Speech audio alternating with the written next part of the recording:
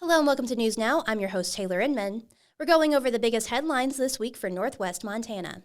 Fire experts and officials with state and federal agencies expect an average fire season in the Flathead Valley this year, although they said that June's weather and precipitation will be telling. Rick Connell, a fire management officer for the U.S. Forest Service, said we're in for an average season when you look at a national forecast. Last year, according to Connell, the valley saw above average rainfall in May, but the precipitation rate dropped throughout the summer. Had the region not benefited from an influx of moisture from a hurricane last year, Northwest Montana would have likely seen another 100,000 acres burnt, according to Connell. This year, the valley has experienced a higher level of precipitation, which is why fire danger remains low. But looking at a forecast for June, it doesn't appear that much more moisture will arrive. Connell said it is important for all agencies to continue monitoring the weather and its effects on fire conditions. He said he doesn't believe we will have an early fire season, pointing to current moisture levels. Typically, it takes 6 weeks of drying before the first large fire sparks, according to Jeremy Harker, Fire Management Officer for Glacier National Park. The season should have a normal start in mid to late July, Connell said, with an average number of fire starts and less than 100,000 acres likely burnt. Going into the season, agencies pointed toward the importance of firefighter safety, civilian preparedness to include observing fire restrictions, and collaboration between various government agencies on fire suppression efforts. A former bookkeeper for a Kalispell firearms manufacturer admitted to stealing $159,000 from her then-employer in a check scheme, spending the money in part on hotel stays in Las Vegas and Quinn's Hot Springs. 58-year-old Terry Ann Bell of Columbia Falls pleaded guilty in the U.S. District Court in Missoula on Tuesday to wire fraud. She faces a maximum of 20 years in prison, a $250,000 fine, and 3 years of supervised release, according to the Montana U.S. Attorney's Office. The government said Bell used pre-signed checks to steal from her employer from 2018 to 2021 while working as a finance manager for the firearm manufacturing and distribution company, Falcor Sid Incorporated. The checks were given to Bell to make payments to the company's vendors, and she also had access to the company's bank account and accounting software the government found.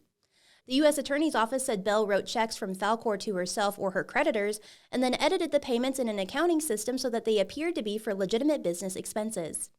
She spent the money on personal expenses, including hotel stays in Las Vegas and Quinn's Hot Springs outside of Paradise, according to the government, as well as retail and liquor store purchases and payments to collection agencies and streaming services. Court documents did not specify which Las Vegas hotel Bell stayed in.